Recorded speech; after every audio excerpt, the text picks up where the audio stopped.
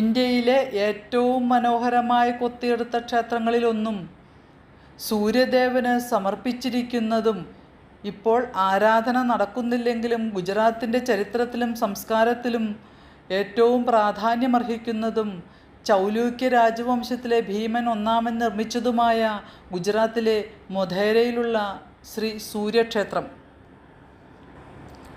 ഗുജറാത്തിലെ മൊധേര സൂര്യക്ഷേത്രം സംസ്ഥാനത്തെ പ്രധാന ആകർഷണങ്ങളിലൊന്നാണ്. മൊധേര ഗ്രാമത്തിലാണ് ഇത് സ്ഥിതി ചെയ്യുന്നത്. സൂര്യക്ഷേത്രത്തിന് അതിൻ്റേതായ ഒരു സമ്പന്നമായ സംസ്കാരമുണ്ട്. 2014 ഇത് യുനെസ്കോയുടെ ലോക പൈതൃക സ്ഥലങ്ങളിൽ ഒന്നായി തിരഞ്ഞെടുക്കപ്പെട്ടു. സൂര്യക്ഷേത്രം ആരാണ് നിർമ്മിച്ചതെന്നതിനെക്കുറിച്ചുള്ള ഊഹാപോഹങ്ങൾ വ്യാപകമായിട്ടുണ്ടെങ്കിലും എല്ലാ തെളിവുകളും ചൗലൂക്യ രാജവംശത്തിലെ ഭീമൻ ഒന്നാമനിലേക്കാണ് വിരൽ ചൂണ്ടുന്നത്. AD 1024 മുഹമ്മദ് ഗസ്നി ഭീമൻ ഒന്നാമൻ ഭരിച്ചിരുന്ന രാജ്യം ആക്രമിച്ചെങ്കിലും രാജാവിന് ആക്രമണകാരികളെ തോൽപ്പിച്ച് രാജ്യം വീണ്ടെടുക്കുവാൻ സാധിക്കുകയും ചെയ്തു. ഈ വിജയം ആഘോഷിക്കുവാനാണ് ക്ഷേത്രം നിർമ്മിച്ചതെന്നും പറയപ്പെടുന്നുണ്ട്. കൊണാർക്ക് ക്ഷേത്രവും ഇതിനു ശേഷമാണ് നിർമ്മിക്കപ്പെട്ടത്. ഈ ക്ഷേത്രം 11-ാം നൂറ്റാണ്ടിലാണെങ്കിൽ കൊണാർക്ക് ക്ഷേത്രം 13-ാം നൂറ്റാണ്ടിലാണ് നിർമ്മിച്ചിരിക്കുന്നത്. ചൗലൂക്യ അല്ലെങ്കിൽ മാരുഗുർജാര ശൈലിയിൽ നിർമ്മിച്ച മൊധേര സൂര്യക്ഷേത്രം കാഴ്ചക്കാരുടെ കണ്ണിനൊരു വിരുന്നാണ്. ഇത്തരത്തിലുള്ള ഒന്നായ സൂര്യക്ഷേത്രം സൂര്യദേവന് ഒരു ആദരാഞ്ജലിയാണ്. വിചിത്രമായ കൊത്തുപണികളും നിരവധി തൂണുകളും കൊണ്ട് സമ്പന്നമാണ്. അത് അതിൻ്റെ കാലത്തിന് വളരെ മുമ്പുള്ള ഒരു വാസ്തുവിദ്യാ ശൈലിയുടെ കഥ പറയുന്നു. സൂര്യദേവൻ്റെ രൂപങ്ങൾക്ക് പുറമെ ശിവൻ, വിഷ്ണു, ബ്രഹ്മാവ്, നാഗൻ തുടങ്ങിയ ദേവീ ദേവന്മാരുടെയും പ്രതിരൂപങ്ങൾ ക്ഷേത്രത്തിലുണ്ട്. ദേവന്മാരുടെ മാത്രമല്ല സസ്യജന്തുജാലങ്ങളുടെയും മനോഹരമായ കൊത്തുപണികൾ ചുവരുകളിൽ കാണാം. സഞ്ചാരികളെ മൊഢേര ക്ഷേത്രത്തിലേക്ക് ആകർഷിക്കുന്നത് മറ്റെങ്ങുമില്ലാത്ത ശില്പഭംഗിയും വേറിട്ട നിർമ്മാണ ശൈലിയുമാണ്. രാവണവധത്തിന് ശേഷം ലങ്കയിൽ നിന്ന് മടങ്ങും വഴി ശ്രീരാമൻ ദേവകളെ പ്രീതിപ്പെടുത്തുവാൻ യജ്ഞം ചെയ്ത ഭൂമിയായിട്ടും മൊഢേരയുടെ പുണ്യം മഹാപുരാണങ്ങളിൽ വാഴ്ത്തുന്നുണ്ട്. ലോകപ്രശസ്തമായ ഹജുരാഹോ ക്ഷേത്രങ്ങൾ, സോമനാഥ്, മൗണ്ട് അബുവിലെ ദിൽവാര ക്ഷേത്രം തുടങ്ങിയ ക്ഷേത്രങ്ങളോടൊപ്പം തന്നെ തലയുയർത്തി നിൽക്കുന്നതാണ് മൊഢേര സൂര്യക്ഷേത്രവും. കിഴക്കുപടിഞ്ഞാറ് ദിശയിൽ ഒരു നേർരേഖയിലെന്നോണം സ്ഥിതി ചെയ്യുന്ന 3 ഭാഗങ്ങളാണ് മൊഢേര സൺ ടെമ്പിളിനുള്ളത്. കുണ്ഠം അഥവാ കുളം, സഭാമണ്ഡപം, ഗുഡമണ്ഡപം. ആരാധനാമൂർത്തിയായ സൂര്യദേവൻ്റെ വിഗ്രഹം പ്രതിഷ്ഠിച്ചിരുന്ന ശ്രീകോവിലാണ് ഗുഡമണ്ഡപം. ശ്രീകോവിലിന് അഭിമുഖമായുള്ള മണ്ഡപം സഭാമണ്ഡപം. സോമനാഥ ക്ഷേത്രം പോലെ പല പിൽക്കാല നിർമ്മിതികളിലും ഗുഡമണ്ഡപവും സഭാമണ്ഡപവും ഒരുമിച്ചാണ് കാണുന്നത്. ഇവിടെ 2 നിർമ്മിതികളും വേറിട്ടതും സമീപഭാഗത്തെ നിരപ്പിൽ നിന്നും അല്പം ഉയർത്തിയാണ് പണിഞ്ഞിരിക്കുന്നത്. സഭാമണ്ഡപത്തിന് തൊട്ടുകിഴക്കുള്ള കുണ്ഠം അഥവാ കുളം ദീർഘചതുരാകൃതിയുള്ള ജലാശയമാണ്. ശ്രീകോവിലിൻ്റെയും സഭാമണ്ഡപത്തിൻ്റെയും ചുമരുകളും സ്തംഭങ്ങളും മനോഹരമായ കൊത്തുപണികളാൽ അലങ്കൃതമാണ്. വിടർന്നു വരുന്ന താമരപ്പൂവിന് സമാനമാണ് ഗുഡമണ്ഡപം എന്ന ശ്രീകോവിലിൻ്റെ രൂപം. ശ്രീകോവിലിൻ്റെ ശിഖരങ്ങൾ ഇപ്പോഴില്ല. ഏതോ ഒരു കാലത്ത് തകർക്കപ്പെടുകയോ തകർന്നു വീഴുകയോ ചെയ്തതാവാം. 8 ദളങ്ങൾ പോലെ വിഭജിക്കപ്പെട്ട ചുമരിനുള്ളിലാണ് ഗർഭഗൃഹം.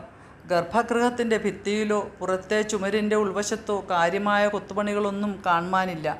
സൂര്യൻ 12 മാസങ്ങളുടെ പ്രതീകമായി 12 രാശികളിൽ സഞ്ചരിക്കുന്നതിനെ സൂചിപ്പിക്കുന്ന ദ്വാദശ ആദിത്യന്മാരുടെ രൂപം കൊത്തിവച്ചിരിക്കുന്നത് മാത്രമാണ് ഇതിനൊരപവാദം. ഗർഭഗൃഹത്തിന് മുന്നിൽ നന്നേ ഉയരമുള്ള സ്തംഭങ്ങളും കാണാം. ദേവതകളുടെയും സന്യാസിമാരുടെയും രൂപങ്ങളും പുരാണ കഥാസന്ദർഭങ്ങളും മാത്രമല്ല, കുഞ്ഞിനെ ഒക്കത്തെടുത്ത് നിൽക്കുന്ന അമ്മ, കണ്ണാടിയിൽ നോക്കി പൊട്ടുതൊടുന്ന സ്ത്രീ തുടങ്ങിയ ജീവിതഗന്ധിയായ നിമിഷങ്ങൾ വരെ ഇവിടെ തൂണുകളിൽ ആലേഖനം ചെയ്തിട്ടുണ്ട്. ഇക്കൂട്ടത്തിൽ ഏതാനും ശില്പങ്ങൾ വ്യത്യസ്തമായ ശില്പങ്ങളായിട്ട് തന്നെ തോന്നിക്കും നമുക്ക്. ശില്പവിദ്യയുടെ ധാരാളിത്തത്താൽ ശ്രദ്ധേയമായ കവാടങ്ങളാണ് ശ്രീകോവിലിനുള്ളത്. സമചതുരത്തിലുള്ള ഗർഭഗൃഹത്തെ പ്രദക്ഷിണം വയ്ക്കാവുന്ന വിധം ഒരു ഇടനാഴിയുമുണ്ട്. ഏറെ കൗതുകകരമായ കാര്യം ഇവിടുത്തെ ആരാധനാ വിഗ്രഹത്തെപ്പറ്റി കാര്യമായ വിവരണങ്ങളൊന്നും ഇതുവരെ ലഭിച്ചിട്ടില്ല എന്നതാണ്. ശില്പവിദ്യയിൽ ഇത്രയേറെ മികച്ച ഈ ക്ഷേത്രത്തിലെ വിഗ്രഹവും ഏറെ മനോഹരമായിരുന്നിരിക്കണം. കാലങ്ങൾക്ക് മുൻപ് ഏതോ ആക്രമണകാരിയുടെ കടന്നുകയറ്റത്തിലും കൊള്ളയടിക്കലും നഷ്ടമായി എന്നു കരുതുന്ന വിഗ്രഹം ഈ ക്ഷേത്ര സമുച്ചയത്തെ മുഴുവൻ പ്രകാശമാനമാക്കും വിധം രത്നങ്ങളാൽ പൊതിഞ്ഞിരുന്നു എന്നാണ് വാമൊഴി കഥകളിൽ പറയപ്പെടുന്നത്. ഗുഡമണ്ഡപത്തിന് മുന്നിൽ സഭാമണ്ഡപം ഭക്തജനങ്ങൾക്ക് ഒരുമിച്ച് ചേരുവാനും കുറച്ചു സമയം ചെലവിടാനും സാധിക്കുന്ന വിധമാണ് ഇതിൻ്റെ രൂപഘടന. 4 വശത്തു നിന്നും നോക്കിയാലും ഒരുപോലെ തോന്നുന്ന ഒരു അഷ്ടഭുജ രൂപമാണ് മണ്ഡപത്തിന്. ഒരു സൗരവർഷത്തിലെ 52 ആഴ്ചയ്ക്ക് സമാനമായി 52 സ്തംഭങ്ങളാണ് മണ്ഡപത്തിലുള്ളത്. ഓരോന്നിനും മനോഹരമായ രൂപങ്ങൾ കൊത്തിവെച്ചിട്ടുണ്ട്.